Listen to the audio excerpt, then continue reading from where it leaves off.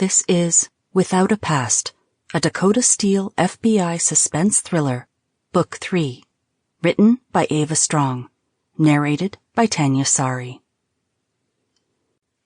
Prologue. Billy winced, rubbing at her sore leg where she'd bumped against the metal shelf. She carefully adjusted the stack of trash can lids she'd nearly toppled, grimacing against the scraping sound of metal. More than one customer had complained about the friction marks along the bottom of the containers upon purchase. She'd relayed this to the higher-ups, but did managers listen to shelf-stockers? No siree. She shook her head, trying to keep positive as she reset the shelf and then continued in her haste towards the back of the store. "Ha! What happened to you, Billy?" a voice called from aisle 6. She adopted a sufficiently sheepish grin, tugging at one of her dark braids, her fingers scraping a red and blue bead woven into her hair. "Oh," she said, "just a little accident.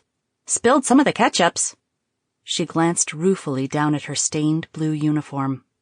Her name tag was also covered in the red stain, which went from her collar down to her ribs.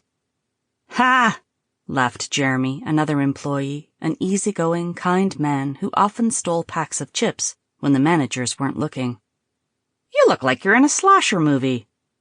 She snorted, but continued on, her feet squeaking against the freshly mopped tiled floor.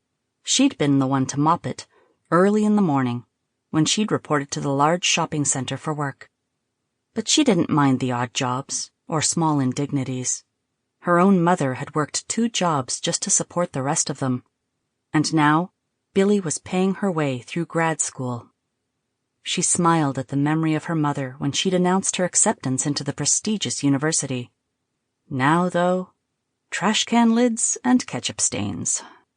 Such was life, she supposed. She sighed faintly, moving towards the supply closet in the back hall, past the employee bathroom. "It isn't break time yet," a voice called after her from behind a counter near the information kiosk. She couldn't see her manager, but she recognized Demi's voice well enough. Billy rolled her eyes, pushing one of her braids back behind an ear before calling out, "Thanks, just getting a clean uniform." "Hurry up! Need to restack the display shelf. The chips fell." Of course they fell, Billy muttered beneath her breath. She'd told Demi they would fall.